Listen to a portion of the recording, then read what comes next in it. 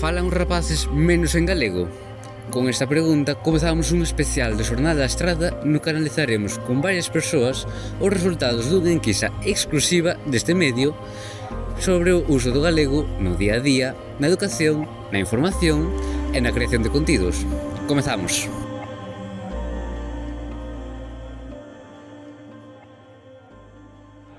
Antes de nada, imos ver cantos rapaces falaban en galego segundo o IGE.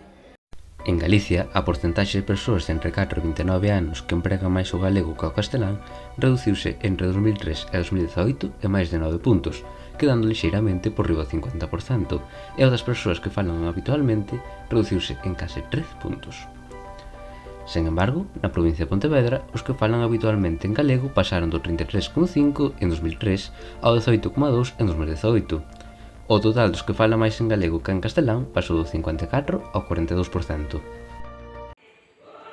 Agora, 6 anos despois, este medio realizou unha enquisa entre 2 institutos deste concello.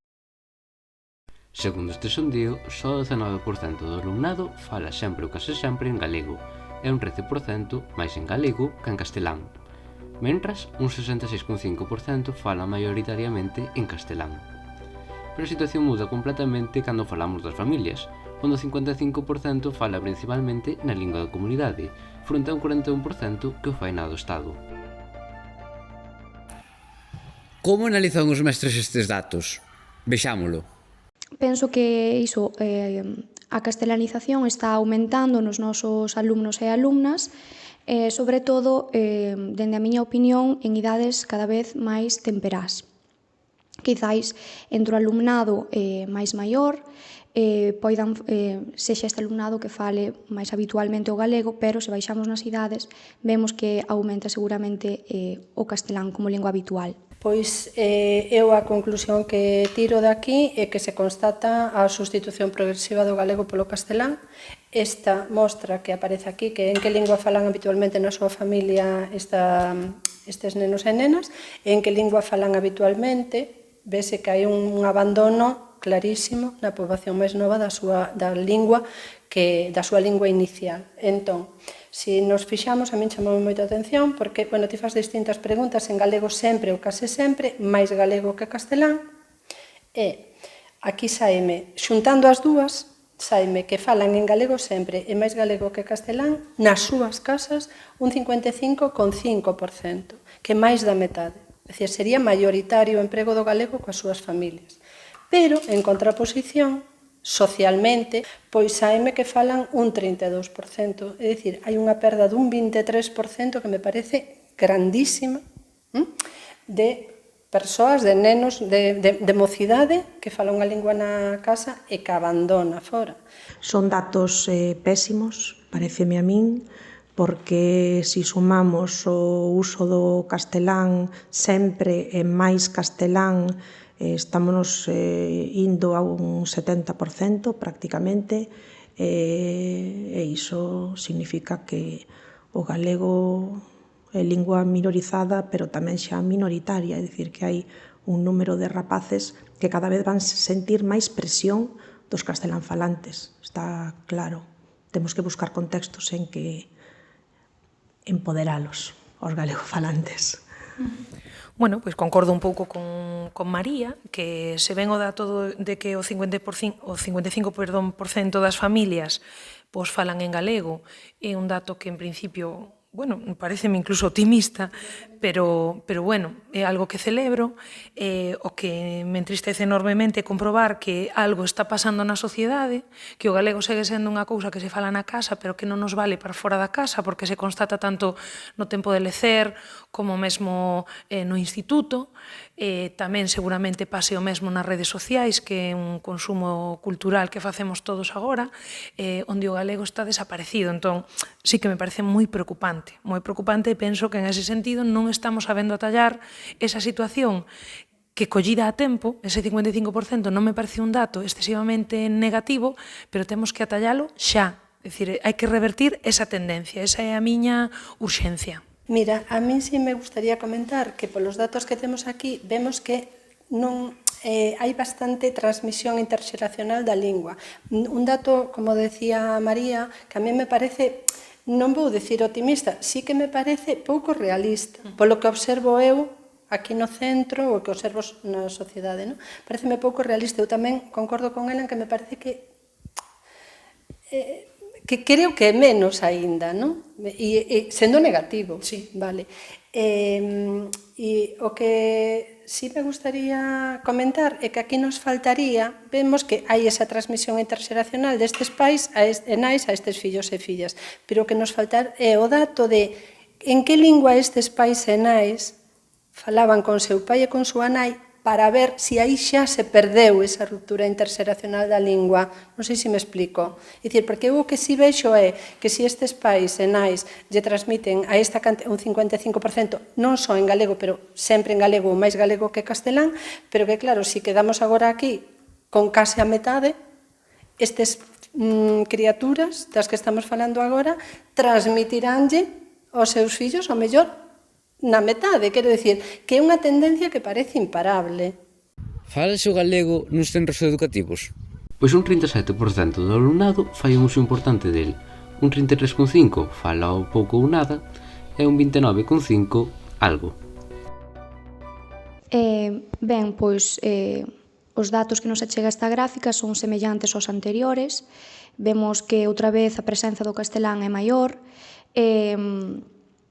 e ademais, pois, non só é certo que o contexto no cal o alumnado fale a lingua afecta, vemos que neste caso, nun contexto máis familiar, íntimo, escollen o castelán, que pois posiblemente sexa a lingua coa que se senten máis identificados e identificadas. Aquí aínda se acentúa un pouquiño máis, é dicir, que o uso do galego, exceptuando a materia de lingua e literatura galega, pois tamén está minorizado dentro do centro de ensino. Entón, a pregunta é que pasa nos centros de ensino que non acabamos de ser lugares onde a lingua galega estea cómoda, mais aínda son lugares castelanizadores. E iso non é algo, sae nesta enquisa, pero é algo que nós, como profesoras e tamén como nais, como familia, constatamos un neno de 3 ou 6 anos empeza a súa etapa de escolarización falando galego na familia e volta da escola con moitísimos referentes castelanizadores, non? Ben, eu aquí nesta gráfica o que observo é que, aínda que popularmente se diga que os centros educativos son contextos de uso favorables para o idioma, a mí pareceme que non. Que si un rapaz, unha rapaza que está estudando nun centro, sexa de primaria ou de secundaria, por algún motivo decide que ese contexto non lle é favorable para a utilización do idioma, algo estaremos facendo mal nos centros educativos. Non é verdade que por tanto sexan contextos de uso, como digo, favorables, senón máis ben que les entenden como non. E o que me parece tristísimo vendo isto é que o ensino sexa un factor de castelanización tan potente da nosa sociedade, porque se a xuventude perde a lingua, non hai futuro para ela. O que decía é que, ademais, é un factor castelanizante tan potente como que no mapa sociolingüístico escolar que fixo a Real Academia Galega no Concello de Ames, constataron que 1 de cada 10 nenos ou nenas de infantil que utilizaba o galego na casa coa súa familia perdío no primeiro ano de escolarización. No primeiro ano. Me parece gravísimo. Nenos galego falantes que abandonan a lingua o primeiro ano. En 3 anos, exactamente. Pareceme, si pensamos que cada cambio de etapa supón un aumento desa tendencia, é dicir, no paso de primaria para o instituto hai un aumento desa tendencia, porque non podemos esquecer que tamén a esas edades o que queremos é buscar esa integración social, ser aceptados, o igual, pertencer a un grupo. Se ti falas unha lingua distinta ao resto da túa aula, a esas edades é bastante fácil comprender que pode ser excluído. Ao pasar de primaria para secundaria aumenta e despois xa, incluso na universidade. Por qué? Porque moita xente que é dun medio rural ou unha vila de unha poboación media, como pode ser a Estrada, que xa están moi castelanizadas, moitísimo, pero esa poboación a veces que mantén a lingua ata un segundo de bacharelato, ou pasar a estudar a unha cidade grande, como pode ser Vigo, Santiago, Coruña, pois abandona tamén. Entón, pouca esperanza nos queda realmente. No centro educativo seguramente pois empreguen o galego na súa maior parte nas clases de lingua galega, como me teñen comentado moitos deles e delas cando falo na clase sobre o tema. Eu creo que fora das aulas de lingua galega tampouco falan moito galego polo que escoito nos corredores.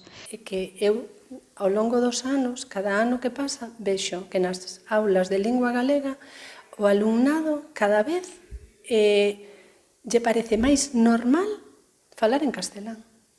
Que é unha cousa que a mí me chama poderosísimamente a atención. E cando ti lle explicas, porque xa como materia, xa non imos a outra cousa, cando ti lle explicas, quedan como moi sorprendidos de que teñan que... E por qué? Home, xa por lei e por coherencia, pero quedan sorprendidos. Entón, a miña análise, desde hai uns anos para aquí, é que entendo eu que ao longo da educación primaria se normalizou que poderán empregar o castelán na aula. É a conclusión que tiro. Baixo o meu punto de vista, o primeiro que temos que recoñecer como sociedade é que non estamos ante un caso de igualdade, que estamos ante unha lingua que está minorizada. Na miña opinión, é unha auténtica pena que persoas que podendo nacer asumindo e incorporando unha lingua que además lles permite entender unha realidade social, cultural, paisaxística, pois que a esteamos perdendo con esta lixeireza, de decir, como datos que saen aquí, como porcentaxes, sen asumir a intensidade que isto supón como sociedade, perder unha lingua. Aquela mítica frase que dicíamos todos das 1000 primaveras é que con estes datos igual nos quedan 4. Unha labor que se leva a cabo nos centros educativos como este no que nos atopamos é o da dinamización lingüística. Coñezamos que actividades se levan a cabo nos centros galegos. Creo que o noso centro é un contexto, os mozos e as mozas que están no noso IES teñen un contexto bastante favorable para os que queren utilizar o galego. De feito, creo que non hai prácticamente ningún neno ou nena que non se desenvolva con facilidade no idioma. Iso é así. Temos rapaces bilingües totalmente. Tanto se desenvolven en galego como en castelán. Entón, nos fundamentalmente, as actividades todas que dirixíamos tiñan dúas finalidades fundamentais.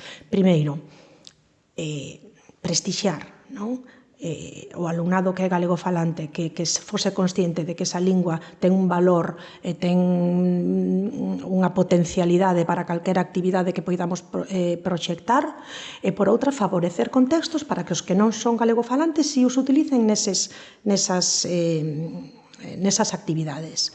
Entón, por exemplo, pois eso, cando sempre que se participaba nos concursos de Dinamiza Estrada, que aí xa se exixe que os textos sexan en galego, concursos que se facían desde o propio IES, agora co uso das novas tecnoloxías, creación de vídeos,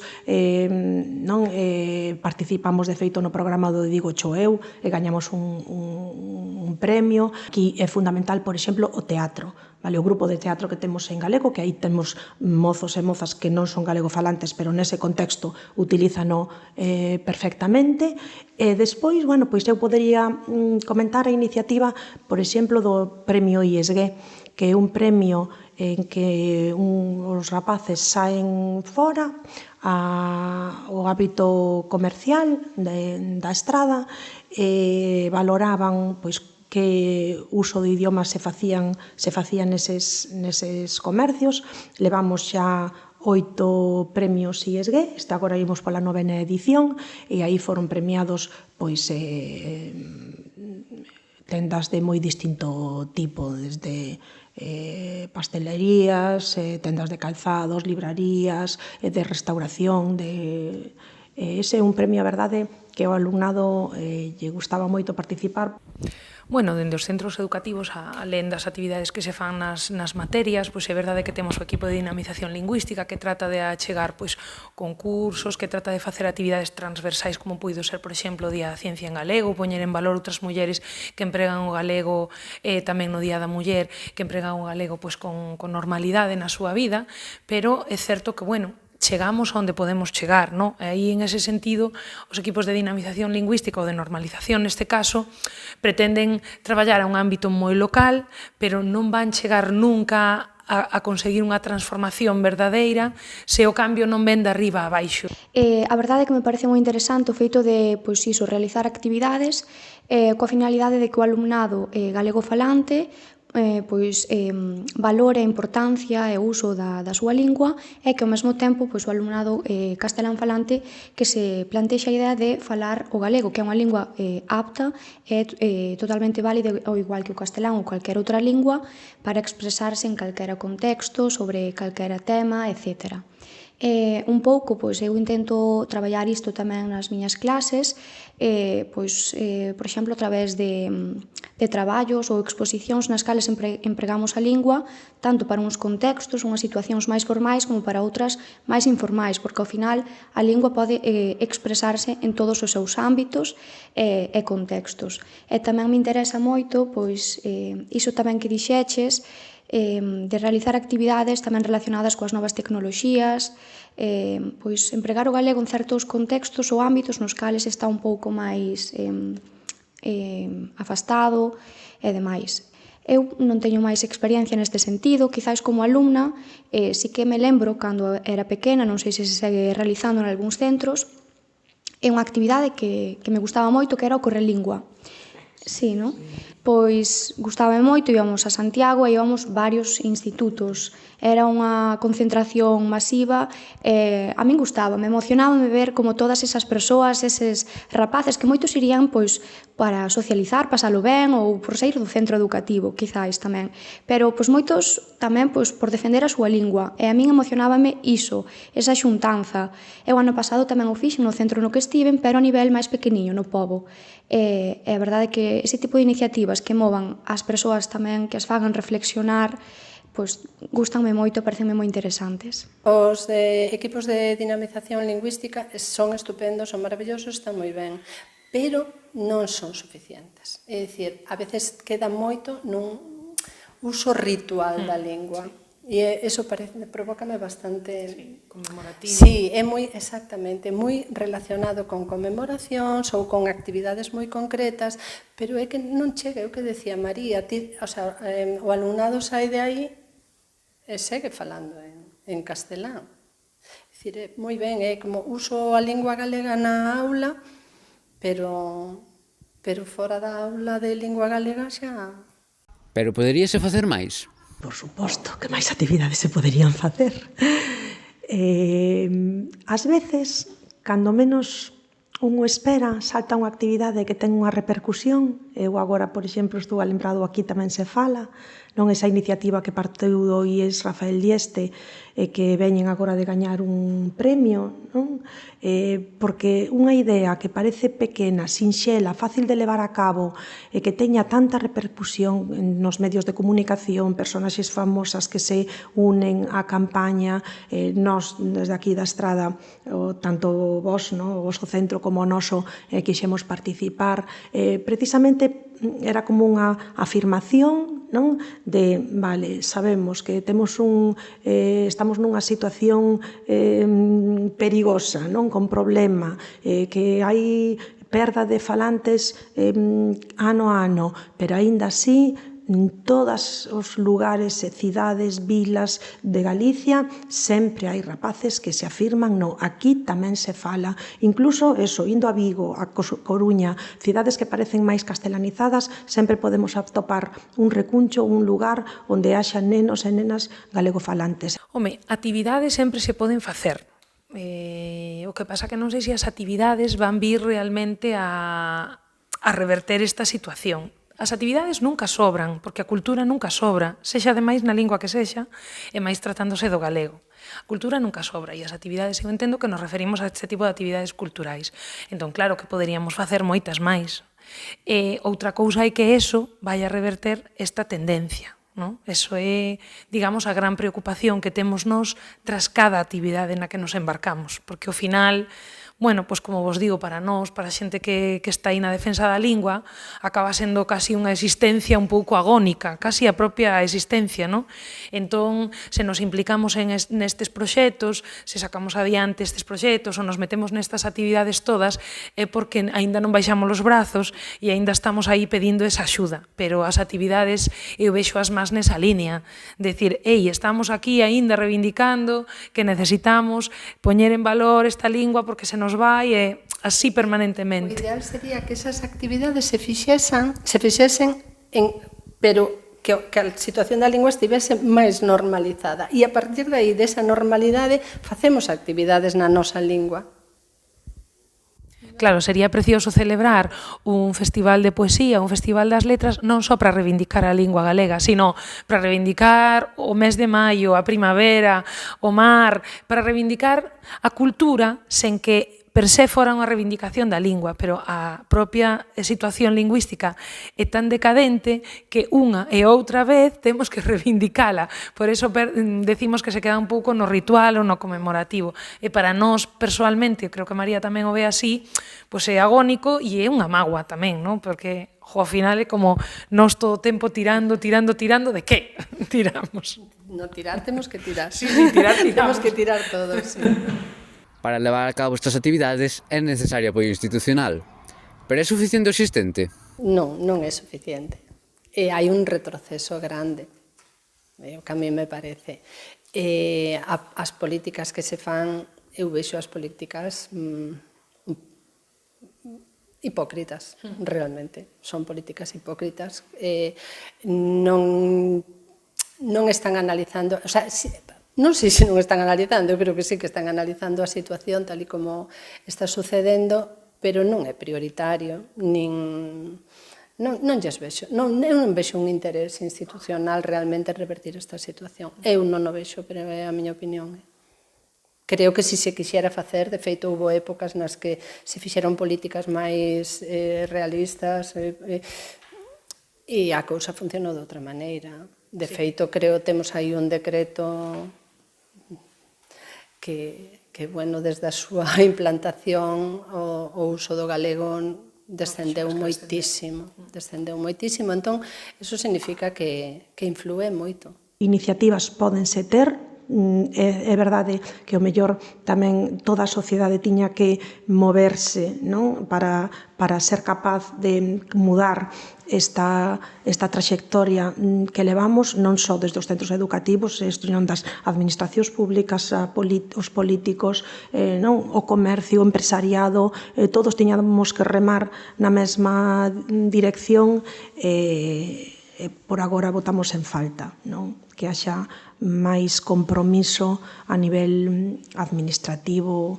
político, consenso, cando, para min pareceme que a sociedade está preparada para postularse a favor da defensa do idioma e dar un paso adiante.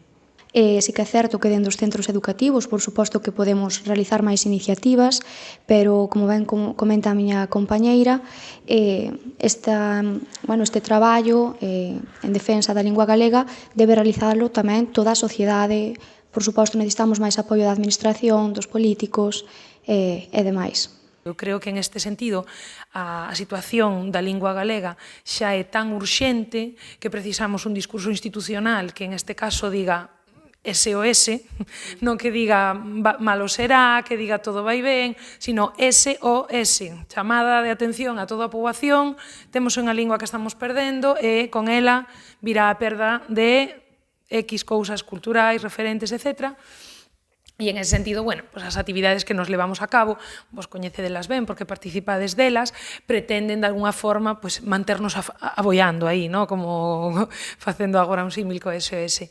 E bueno, sempre esperando, como vos digo, pues esa chamada de atención urxente que ten que vir dende arriba. Eu só quería aclarar, porque a veces cando se fala de políticas pensamos que estamos falando de cartos. Eu non creo que sexa unha cuestión de cartos, porque fíxate que eu creo que a nivel económico pois sí que, bueno, hai unha certa, non, hai un certo un parecer que se fai. Eu creo que o importante é as palabras e o discurso que se dá de que vivimos nunha sociedade que ten igualdade de acceso á lingua galega e á lingua castelá. E non é así, porque sae nas enquisas. Nas enquisas sae que non é así. Entón, é prioritario romper ese discurso. Que ti non poidas ir a un bar cos pedriños de abaixo e que ese discurso este instalado. Porque ese discurso ven de arriba e ese discurso non é real. Non sae nas enquisas e non o vemos ningún de nós na rúa. Entón, compre romper ese discurso. Hai que lanzar realmente unha mensaxe de emerxencia lingüística, que é no que estamos. E a partir de aí, facer políticas que de verdade queiran revertir esa emerxencia lingüística. E se iso implica tantas materias no ensino, ou tantos xornais publicados, ou tantas subvencións a empresas, non sei cales van a ser esas políticas, pero hai que instalarse nese outro discurso. E iso sí que é prioritario políticamente.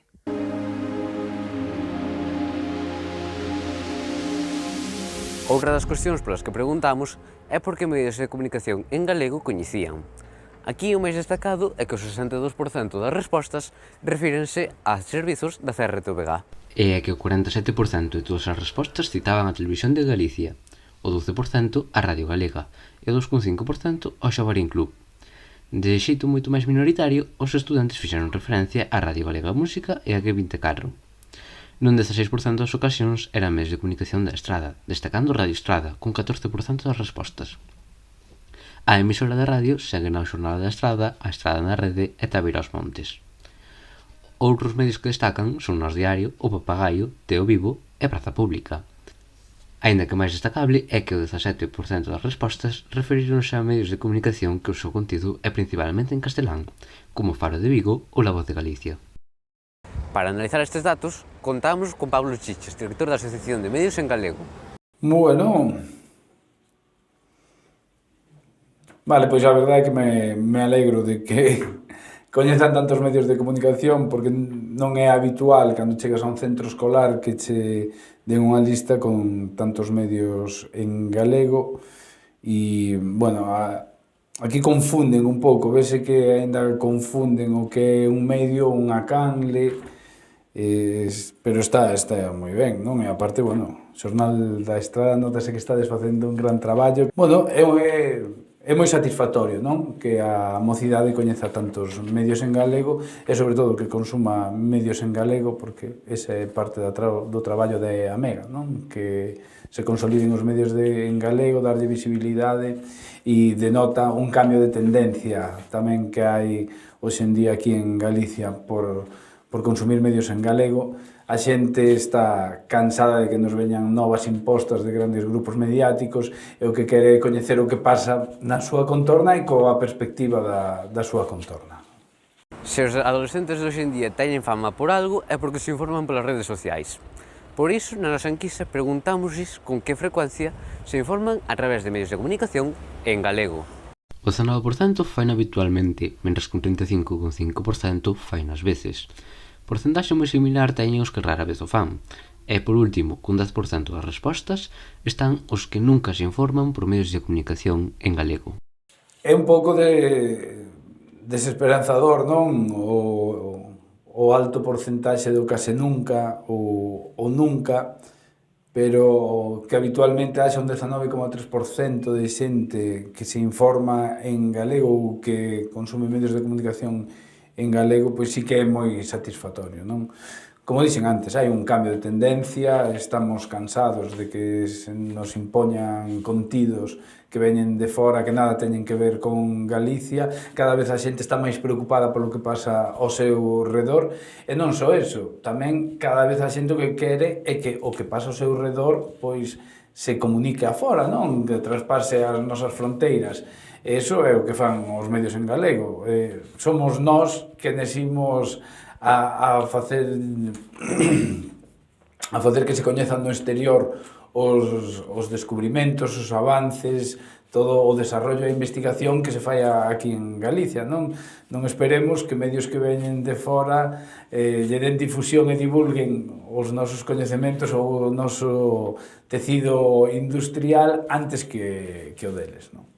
Poderíase fomentar que os adolescentes se informen máis por medios en galego? Sí, claro, pódese fomentar xustamente pois co traballo que facedes dende o Xornal da Estrada, non? Ti, supoño que fundaste o Xornal da Estrada, aparte porque che guste o xornalismo ou teñas unhas inquietudes, porque non había contidos para xente da túa idade. O mesmo que falamos de facer xornalismo ou de facer contidos con unha perspectiva galega, tamén hai que facer contidos e xornalismo, información, entretemento con perspectiva para a mocidade, non? Aí está o quinta cuestión, eso é no que temos que traballar estes últimos anos, dende a Mega, o que estamos a facer no Día dos Medios en Galego é enfocalo cara á mocidade. A partir de agora tamén vamos a visitar centros escolares para dar a coñecer a historia dos medios en galego e sempre con unha perspectiva galega, pero tamén con unha perspectiva enfocada para os máis novos. Aí é onde temos que traballar, aí tamén está traballando o Obradoiro Digital Galego, e aí onde temos que xuntar forzas para que a mocidade pois se sinta reflexada, identificada cos medios en galego, non? Se vós, os máis novos, pensades que o que aparecen nos medios de comunicación en galego non nada ten que ver con vós, ou os temas que se tratan non son do vosso interese, malamente seguiredes consumindo medios en galego. En Galicia existe unha asociación que agrupa a todos os medios de comunicación en galego, a AMEGA. Por que xurdiu? A Mega xurdeu no ano 2013, pois coa idea de reforzar e asentar os medios en galego, ca idea tamén de axudar a todos eses medios en galego que estaban traballando a tomar unha dirección conxunta de cara a negociacións coa administración, reclamar dereitos, profesionalización, entre outras moitas cousas, o tratamento de igualdade. Non? Temos unha serie de obxectivos nos que levamos traballando moitos anos, ás veces parece que só nos centramos no Día dos Medios en Galego, que é a divulgación, a visibilidade, non? Dese gran día, o 7 de febreiro, conmemorando a saída do primeiro xornal integramente en galego, que foi o Tío Marcos da Portela, por Valentín Lamas Carvajal, pero tamén facemos outra serie de traballos, como esa relación coa administración, demandas dunha legislación que beneficie os medios en galego, porque actualmente a quen se sale beneficiar son outros grupos mediáticos. Os medios en galego na legislación pois están un pouco ninguneados, non? Por decirlo de algún xeito, entonces temos que darlle voz a todos eses medios, tanto na administración local, autonómica, como tamén perante o Estado español e Europa. Para poder ser considerado medio de comunicación en galego é necesario que máis do 70% do contido estea neste idioma. Na actualidade, segundo a web da asociación, hai 140 medios en galego. Esta cifra vai en aumento ou en descenso? Vai en aumento. Eses 140 medios son dun censo que se levou a cabo no ano 2023, o último censo foi no ano 2023, este ano faremos outro censo e miraremos os medios que desaparecen, os medios que continúan, pero vai en aumento porque xa detectamos que gracias ao desenvolvemento das novas tecnoloxías, pois hai medios que van emerxendo, tamén hai medios en galego que van emerxendo polo peche de edicións locais, non? Hai grandes grupos mediáticos que prímase o que é o resultado de contas ao final de ano perante a información que se lle poida dar aos seus usuarios, non? Entonces prefieren pechar as edicións locais que fan unha grandísima labor antes que ver disminuir ou que se manteña esa conta de resultados. Entonces hai moitos profesionais que o que están a facer é crear os seus propios medios, non? E temos moitos exemplos en Amega, como podería ser, por exemplo, Pontevedra Viva, non? Entre outros moitos. Entón, iso é o que favorece que a xente tamén se dé conta das necesidades que teñen os usuarios dos medios en galego e que aí hai un nicho de mercado que sí que se pode vivir dignamente gracias a él. Como se fomenta ou se pode fomentar a creación e continuidade dos medios de comunicación en galego? facendo forza todos xuntos, remando na mesma dirección e demandando e reclamándolle á administración que lexisle para que todos os medios de comunicación teñan os mesmos dereitos a hora de acceder a axudas e teñan os mesmos dereitos tamén a hora de poder traballar, sexa con empresas públicas ou empresas privadas, e que se nos dé dende a administración e tamén a través das sinerxias creadas entre o colectivo as ferramentas necesarias para consolidar unha rede de medios en galego.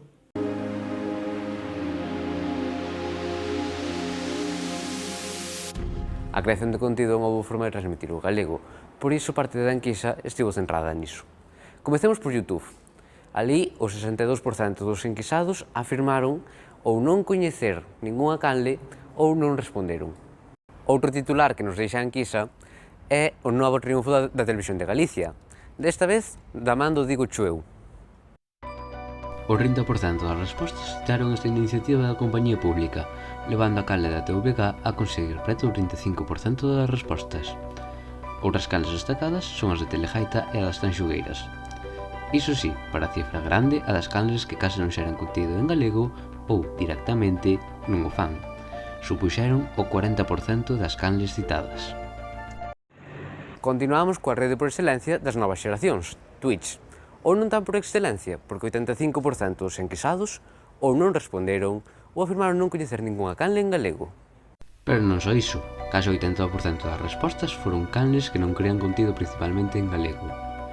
A canle da CRTVG foi a vencedora entre as que crean contido en galego, e fixo novamente grazas ao Digo Chueu. Outras canles que se mencionaron foron as de Recuncho Gamer, a da Aelic e Podcast Celeste. Outro dos aspectos polos que preguntamos é polos podcasts. Aquí, a parte da reducida participación, destacou outro aspecto. O 46,6% mencionaron o Mestre de Historia que realiza podcast como material didáctico.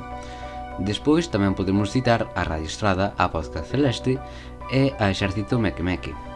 Pero cantos consomen contido creado en galego? Segundo a nosa enquisa, a metade dos rapaces non consomen contido creado en galego. O 23,5% case non o fai, o 21% faino ás veces e só o 5,7% faino habitualmente. Foi increíble, un 50%, Moitísima xente, Sí, señor. Impresioname, Impresioname ao mesmo tempo. É como impacta o dato, pero é como un choque de sensacións. Un pouco esperable. Sí, o sea, se esperaba, pero ao fin, é como que telo aquí e diste, é real, sabes? É como que non quero ver a realidade, pero sí que impresiona, impresiona. Pero ao mesmo tempo non é sorprendente, vamos. Cantas veces podes escoitar un creador de contido en galego como Gabriel García que lle iría mellor se fixera contido en castelán? Sobre todo aos creadores e creadoras de contido en galego. Somos poucos, pero que, bueno, cada vez intentamos ser máis. Solemos ter bastantes comentarios de, a min, sobre todo ao principio, bastante ao principio, xa casi menos, vai a menos, de, si tú hicieras el contenido en castellano, posiblemente llegarías a máis gente, ¿no? Actualmente, as miñas estatísticas, neste último mes, a miña conta chegou a case 3 millóns de persoas. Bastante xente. Está que co galego eres totalmente alcanzable a fora do que é a comunidade galega, porque a min sígueme, é verdad que é un porcentaxe menor, porque a miña principal audiencia está aquí en Galicia, están os stats aí, tanto en Instagram, aportache moito máis, a estadística máis fraccionada, non como en TikTok. En TikTok ponche España, punto. Juan a Portugal e tal, pero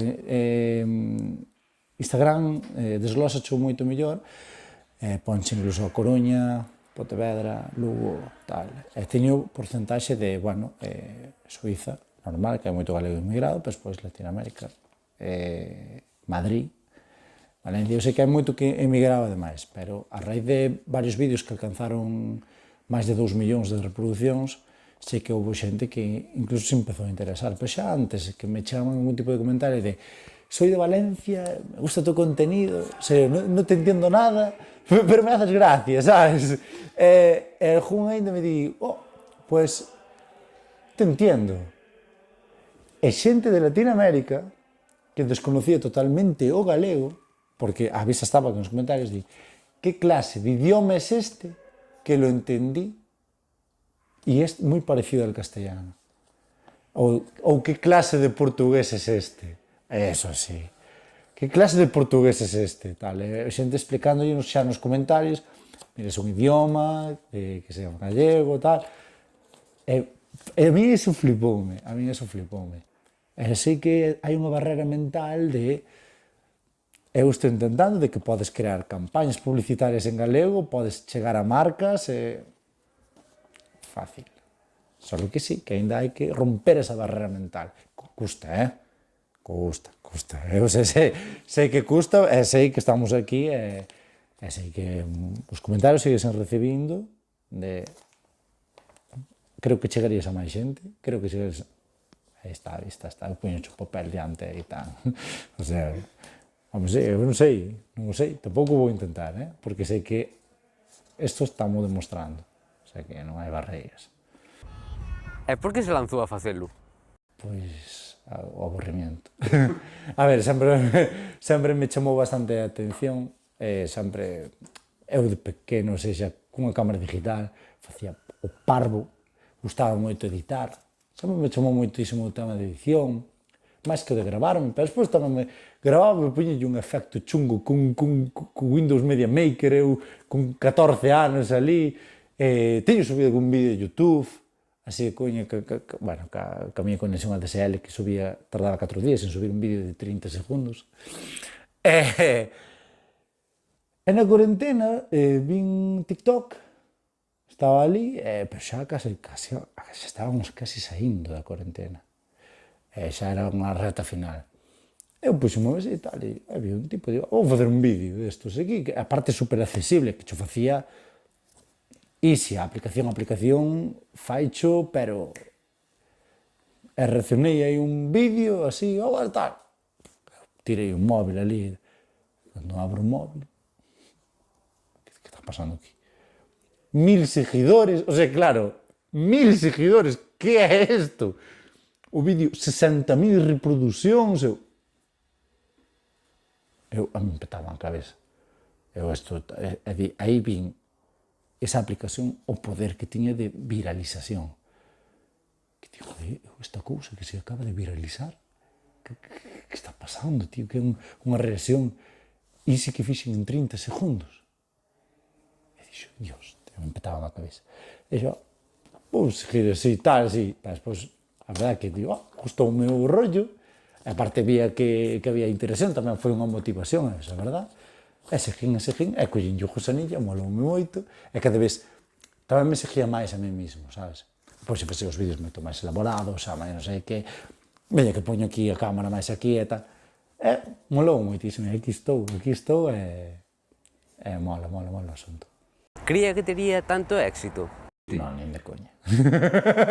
Eso te dijo así, a min isto pilloume, pero totalmente desprevenido. Eu sigo facendo por un hobby, é unha forma de entretenimento, non o teño como eu teño o meu traballo, traballo ao uso, que a ver, que ao fin e ao cabo isto tamén é un traballo, pero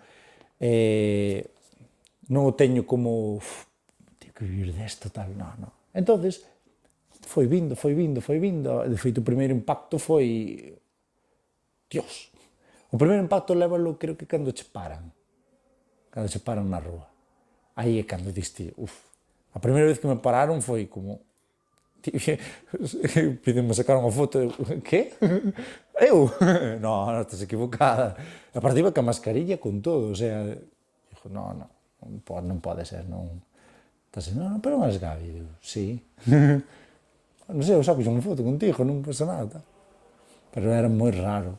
E pois cando ves é que vai a máis e tal, isto está sendo das malas. O sea, que me chocaba tanto, e a día de hoxe é como raro, porque eu ando por aí, polo súper, e miran, se sigo con a xente, e digo, sabes, non son, a veces dígoche que non son consciente, nin do alcance, nin nada, non son consciente. Outras cuestións polas que preguntamos é polos creadores de contido en galego. No 66% dos casos, ou apenas creaban contido na lingua da comunidade ou non o fan directamente. E entre os que creen contido en galego, destacou unha vez máis o Dígocho Eu. O proxecto da CRTVG conseguiu 18,5% das respostas. Gabriel García, o noso convidado, quedou no segundo posto con algo máis do 6%. Outros creadores que destacan son o Celta de Vigo, as contas da Televisión de Galicia e a das Tanxugueiras. A pregunta non respondeu ou afirmou non coñecer ningún creador de contido o 37% dos enquisados. Caramba! Isto é real? Real. Ostras! Isto sí que me sorprende, É un 6,3. E o Xocas un 5,5. Isto é imposible. Isto sí que me sorprende, sabes? Vale, porque, bueno, que sei, os outros sí que non son tal. Vale, Xurxo sí que me cadra, un 22. Pero o Xocas... que é o main ahora que hai, sabes? O sea, é o Celta un 0,8. Isto sí que me peta a cabeza, vale? Vale, a TVG, vale, porque a TVG vale tal, pero... O sea, é un contido máis serio, máis tal, é verdad que a xente xove non consume tanto... Pero tamén está o Dígocho Eu. Sí, pero pero Dígocho Eu é top, claro, o máis top que hai agora en de creación de contido en galego. A parte que fai unha labor, é Esther aquí, onde chombico Esther, que é a jefa, pero que eu... O sea, é o top. Eres o segundo. O segundo. Que é o que me choca, na segunda posición por riba das Tanxugueiras, que a mí eso tamén me parece que me peta a cabeza. A verdade que as Tanxugueiras é máis musical. Entonces, é un contido que fijo que a nivel de reproducción a nivel todo está por riba miña, pero é verdade que aquí, bueno, que falas de que coñece. Entendo que son coñecedores do... Non sei, sí que me peta a cabeza. Sí que me peta bastante a cabeza estos datos, Isto sí que non me esperaba. Esperábame estar, vale, que sí, a nivel de Galicia e tal, pero non tan arriba. Non sei que dicir porque non me esperaba este dato, vamos. Hombre, son aliciente, sabes? O sea, está guai, sabes? De que ves que se te coñecen é porque te viron, é porque ou te gustaches ou non, pero estás aí presente. Que cree que se podería facer para fomentar o consumo de contido creado en galego? Esa é unha moi boa pregunta, fomentalo. Porque eso vai... aí hai que introducir moitas cousas. Antes nós tiñamos unha... Nós somos Ores a Canle, Esther está facendo un grandísimo labor fomentando o uso do galego. É a jefa, unha diosa, unha titán brutal, o que está facendo polo galego. Esther, para min, é o Xabarín Club da nosa época. Por qué? Porque nós un Xabarín, o que fixo o Xabarín polo galego, está Esther aí, pero, con todos os respetos ao Esther que yo teño, o Xabarín foi o top, o culmen, porque moitos nenos e nenas de Galicia coñecían cancións en galego, full galego, series de dibuxos animados que daquela era o trend, que estaba Patrulla X, Son Goku, Arale, Gato Can, que eran series que estaban novas, que eran novas daquela, en galego, todo en galego, era brutal, porque ti chavas ao instituto, era todo galego, e consumías o galego, un contido en galego, totalmente. Agora non. Agora Este o que fixo foi que fazer un pouco de para arriba. Eso que se notou. Sei que, por exemplo, a min consumo moitas... Sei que teño recibido incluso mensaxes de xente neofalante, que a min é un aplauso para esa xente, porque eu sei que se ahora mismo eu chego á miña casa ou chego ao meu grupo de amigos e empezo a falar o castelán, petalle a cabeza. Este home toleu. susto, un golpe na cabeza ou algo. Entendo que esa xente, como no seu grupo de amigos que fala o castelán, pois vou falar o galego. Dirache o teu amigo, que che pasou? A ti pasouche algo. Pero por qué? É totalmente respetable. Pois quere e apetece aprender a falar un idioma como se fala en inglés. É totalmente libre. Entón, sí que é duro a nivel social o que chegan teus pais. E agora, se te dio por hablar gallego, que tal? Eu teus amigos, e que te ha pasado agora?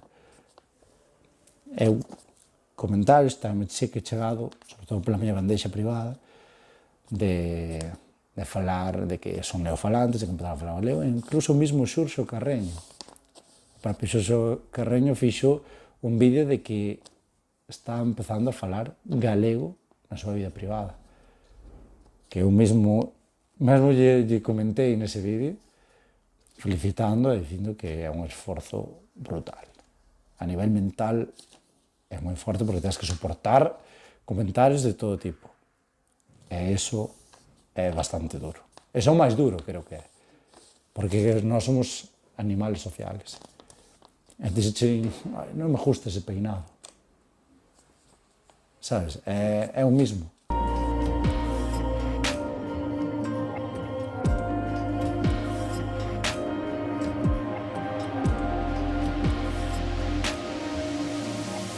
Só nos falta unha pregunta por responder.